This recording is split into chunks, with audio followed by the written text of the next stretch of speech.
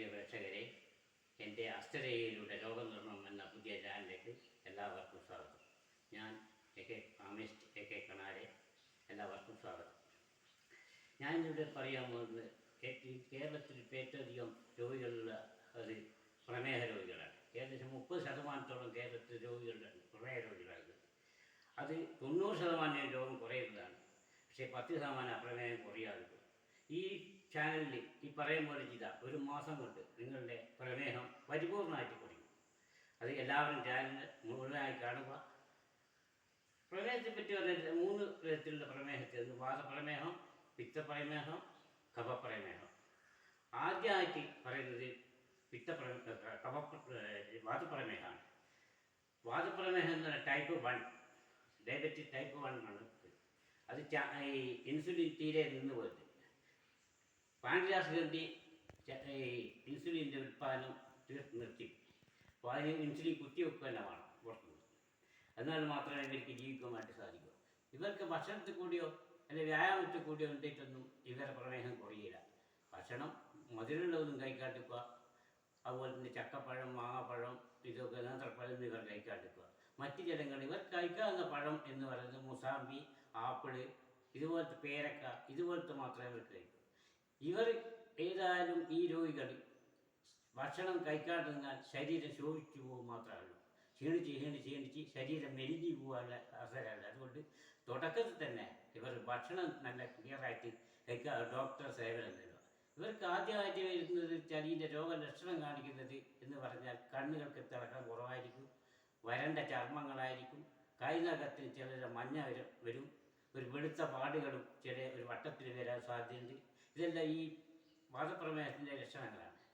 ഇവർ ദിവസം മുതിര ഭക്ഷണത്തിൽ ഉൾപ്പെടുത്തുക, അതുപോലെ തന്നെ എരുമ നെയ്യ് കഴിക്കുക, പോത്തിറച്ചി കഴിക്കുക, ഇതിൻ്റെ മുട്ട കഴിക്കുക, പാല് കഴിക്കുക, ഒക്കെ കഴിക്കുക. ശരീരത്തിന് എല്ലാ ഭക്ഷണം കഴിച്ചില്ലെങ്കിൽ ഇവർ ഊർജം ശരീരത്തിൻ്റെ ഉള്ളിൽ തന്നെ വലിച്ചെടുത്ത് മസിലുകളിൽ നിന്നും മറ്റുള്ള സ്ഥലത്തു നിന്നും ശരീരത്തിനുള്ളിൽ തന്നെ ഇത് വലിച്ച് ശരീരം മെലിഞ്ഞു പോകാനും അതുപോലെ തന്നെ കുരുക്കൾ പ്രത്യക്ഷപ്പെടുവാനും വളരെയധികം വേദന സഹിക്കാനുള്ള രോഗമാണ് ഈ വാതപ്രമേഹം. വാതപ്രമേഹം എന്ന് പറഞ്ഞാൽ കുറക്കാൻ വളരെ പ്രയാസം. ഇൻസുലിൻ കുത്തിവെച്ചാൽ മാത്രമേ ഇവർക്ക് ജീവിക്കാൻ സാധിക്കൂ. അതുപോലെ തന്നെ അത്തിമരത്തിൻ്റെ വേരിൽ നിന്ന് കിട്ടുന്ന നീര് അത് വയറ് മുറിച്ചിട്ട് ഒരു ചേട്ട വെച്ചെടുത്താൽ അത് പ്രകൃതിയാനുള്ള ഇൻസുലിനാണ്. അത് കഴിക്കുന്നത് ഇവർക്ക് നല്ലതാണ്. ഇവർക്ക് അധികം കഠിനാധ്വാനം ചെയ്യാൻ പാടില്ല. അധികം കഠിനാധ്വാനം ശരീരം ക്ഷീണിച്ചു പോകും. കാരണം ഈ വാതപ്രമേഹം എന്ന് പറഞ്ഞാൽ അത്രയധികം വേദനയും സഹിക്കുന്നതാണ്. അതുകൊണ്ട് ടൈപ്പ് 1 ആണിത്. ഇവർ ഇനിയിപ്പോൾ അടുത്തത് എന്ന് പറയുന്നത് പിത്തപ്രമേഹം. ടൈപ്പ് 1, ഡയബറ്റീസ് ടൈപ്പ് 1 എന്ന് പറയുന്നത്. ഇത് ഇൻസുലിൻ ഉൽപ്പാദിക്കുന്നുണ്ടെങ്കിലും അതിൻ്റെ സർക്കുലേഷൻ നടക്കുന്നില്ല. ഇൻസുലിൻ ഉൽപ്പാദിപ്പിക്കാൻ വേണ്ടി ഇവർ ഭക്ഷണം ചുരുക്കാൻ കൊണ്ട് കാര്യമില്ല. ഇവരെല്ലാവരും നല്ല കായിക അധ്വാനം തന്നെ ചെയ്യണം.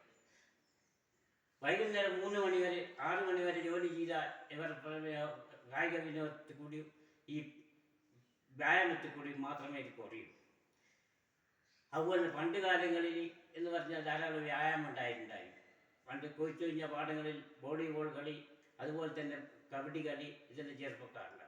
രാത്രി കാലങ്ങളിൽ പൂരക്കളി, കോൽക്കളി, ഇങ്ങനെയുള്ള വ്യായാമങ്ങളിലുണ്ട്. അക്കാലത്ത് ഇതൊരു പ്രമേഹം അങ്ങനെ ഉണ്ടായിട്ടില്ല. ഇപ്പോൾ ആളുകളൊന്നും വെറുതെ ഒരു അടുത്ത വീട്ടിലേക്ക് പോകുന്നതിന് തന്നെ ഒരു ബൈക്കും വരാൻ പോകുന്നത്. അപ്പോൾ നടക്കുവാൻ കൂടി ആളുകൾ ഇഷ്ടപ്പെടാത്തത് കൊണ്ടാണ് ഈ പ്രമേഹം ഇങ്ങനെ വളരാനുള്ള സാധ്യത. ഇത്തരക്കാർ ആളുകൾ രാവിലെ നേരത്തെ അല്ലെങ്കിൽ വൈകുന്നേരം 3 മണിക്ക് 6 മണി വരെ ഏറ്റവും നല്ല 6 മണി കഴിഞ്ഞിട്ട് കുളിക്കുക, എന്നിട്ട് കുറച്ച് നേരം വിശ്രമിക്കുക, 7 മണിക്ക് മുമ്പ് 8 മണിക്ക് മുമ്പ് ഭക്ഷണം കഴിക്കുക. എന്നുവെച്ചാൽ അത്താഴം കഴിഞ്ഞാൽ അരക്കാതെ നടക്കണം എന്ന് പറയുന്നത് ഈ പിത്തപ്രമേഹക്കാർക്കുണ്ട്. ഇവർക്ക് കിഴങ്ങ് വർഗ്ഗങ്ങൾ കഴിക്കുന്നതിനൊന്നുമില്ല. മറ്റുള്ള പ്രമേഹക്കാർക്ക് ഇവർ കിഴങ്ങ് വർഗ്ഗങ്ങൾ ചെറുപ്പം കഴിക്കാം, ചില മധുരക്കിഴങ്ങ് കഴിക്കാം. ഒക്കെ അധ്വാനം നിർബന്ധമാണ് ഇവർക്ക്. കായിക വിനോദത്തിൽ കൂടിയും കായിക അധ്വാനത്തിൽ കൂടി മാത്രമേ ഇത് രോഗം കുറക്കുവാൻ വേണ്ടി സാധിക്കൂ. ഇവർ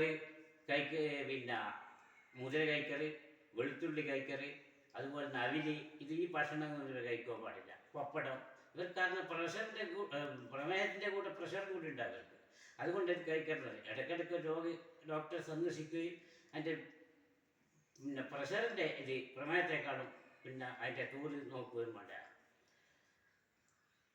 ഇവരെ സംബന്ധിച്ചിടത്തോളം പറഞ്ഞെങ്കിൽ അധികം 45 വയസ്സിന് ശേഷമാണ് ഈ രോഗം വരുന്നത്. 45 വയസ്സ് 50 വയസ്സിൽ നിന്ന് ഇങ്ങോട്ടായി രോഗം വരുന്നത്. ഇത് അധികം ഏറ്റവും ഇത് ഭക്ഷണത്തെക്കുറിച്ച് തന്നെ കുറക്കാവുന്ന രോഗമാണ്. കായികാധ്വാനമാണെന്ന് മാത്രമേ ഉള്ളൂ. എൻ്റെ നാട്ടുകാർ വെച്ച് നോക്കുന്ന നേരത്ത് ഈ കായികാധ്വാനം കുറഞ്ഞുകൊണ്ടാണ് ഇവർക്ക് ഈ ടൈപ്പ് 2 വാതപ്രമേഹം വരുന്നത്. ഇതിൻ്റെ സൂര്യൻ്റെ ആധിപത്യവും ചൊവ്വൻ്റെ ആധിപത്യമുള്ള ആളുകൾക്കാണ് ഇത് കൂടുതലായിട്ട് വരുന്നത്. തടിയും അതുപോലെ തന്നെ കറുത്ത ശരീരങ്ങളും വെളുത്ത ശരീരക്കാരുണ്ട്. അതുപോലെ തന്നെ ചൊവ്വൻ്റെ ആളുകളെന്ന് പറഞ്ഞാൽ രാഷ്ട്രീയപരമായിട്ടും ഉദ്യോഗസ്ഥന്മാരും എല്ലാം ഈ വിഭാഗത്തിൽപ്പെടുന്ന ഇവർക്കും കായികാധ്വാനം കുറവാണ്. ഈ 2 ആളുകളും കായികാധ്വാനം കുറഞ്ഞ ആളുകളായി പ്രമേഹം ഇവർക്ക്. ഇവർ യൂറോപ്യൻ കക്കൂസ് ഉപയോഗിക്കാൻ പാടില്ല, മറ്റുള്ള കക്കൂസുകൾ മാത്രമല്ല. ഇവർ പശുവിനെ കറക്കുക, അതുപോലെ തന്നെ കോലായി മുക്കിച്ചുത്തിരിക്കുക. മറ്റു കക്കൂസിൽ പോകുന്ന നേരത്ത് പാങ്ക്രിയാസ് മസാജിങ് കിട്ടുന്നത് ഇൻസുലിൻ പ്രവർത്തിക്കും. മറ്റേ യൂറോപ്യൻ കക്കൂസിന് അതും ഉണ്ടാവില്ല. യൂറോപ്യൻ കക്കൂസ് എന്ന് പറഞ്ഞാൽ പിന്നെ അത് കാല് മടക്കിയിരിക്കുന്നതല്ല.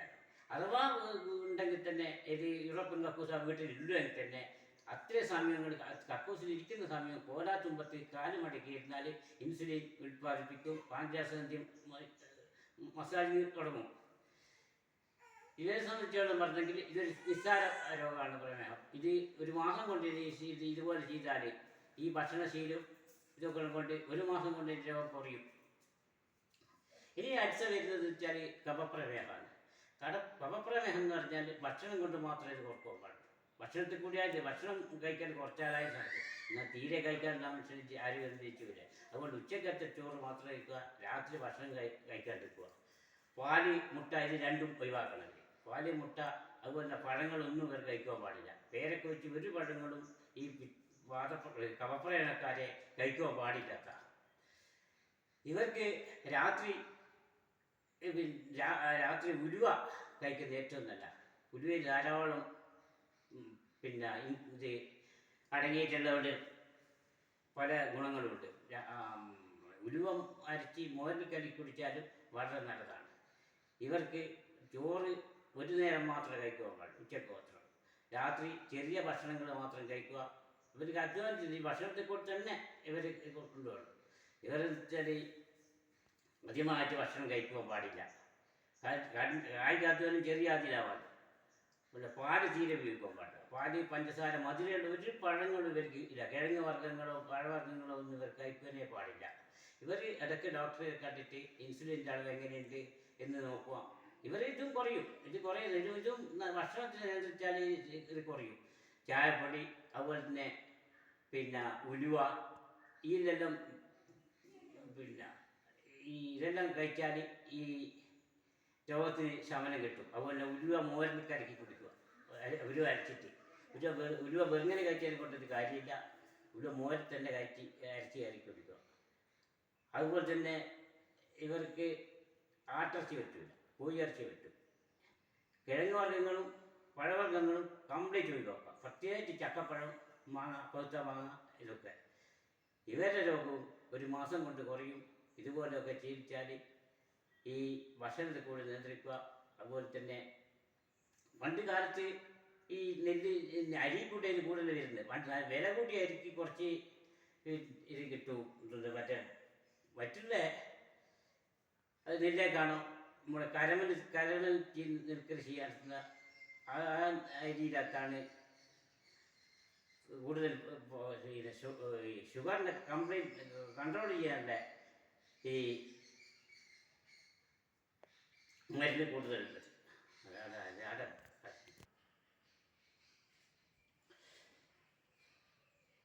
ഈ കഫപ്രമേഹക്കാർക്ക് മഗ്നീഷ്യം അടങ്ങിയ ഭക്ഷണമാണ്. മഗ്നീഷ്യം ഏറ്റവും അധികം ഉള്ളത് ചായപ്പൊടിയിൽ, അതുപോലെ ഉലുവയിൽ. അതുപോലെ തന്നെ പണ്ട് കാലത്ത് പിന്നെ ഈ പച്ചച്ചാണകം ഇട്ടിട്ടാണ് നെൽകൃഷി ചെയ്യുക. ആ നെല്ലിൻ്റെ ചോറ് ഷുഗറിനെ കൺട്രോൾ ചെയ്യാനുള്ള ഏറ്റവും അധികം ഇത് അടങ്ങിയ അരിയാണ്. അതുപോലെ തന്നെ പൊനം കൃഷി, പണ്ട് കരനെൽ കൃഷി, അതിലും മഗ്നീഷ്യം ധാരാളം അടങ്ങിയിട്ടുണ്ട് ആ നെല്ലിൽ. ഇതൊക്കെ കഴിക്കുന്നതാണെങ്കിൽ അതുപോലെ തന്നെ ചാമരി ധാരാളം മഗ്നീഷ്യം അടങ്ങിയിട്ടുണ്ട്. ചാമരി കഴിക്കുന്നെങ്കിലും ഇവരെ പ്രമേഹം ഒരു മാസം കൊണ്ട് തന്നെ കുറയും. ഇവർക്ക് ഭക്ഷണത്തെ കുറിച്ച് തന്നെ നിയന്ത്രിക്കണം. പ്രിയ പ്രേക്ഷകരെ, എല്ലാവർക്കും നന്ദി, നമസ്കാരം. ചാനൽ സബ്സ്ക്രൈബ് ചെയ്യുക, പിന്നെ ഇഷ്ടപ്പെട്ടെങ്കിൽ ലൈക്ക് ചെയ്യുക, മറ്റുള്ളവർക്ക് ഷെയർ ചെയ്യുക. നമസ്കാരം.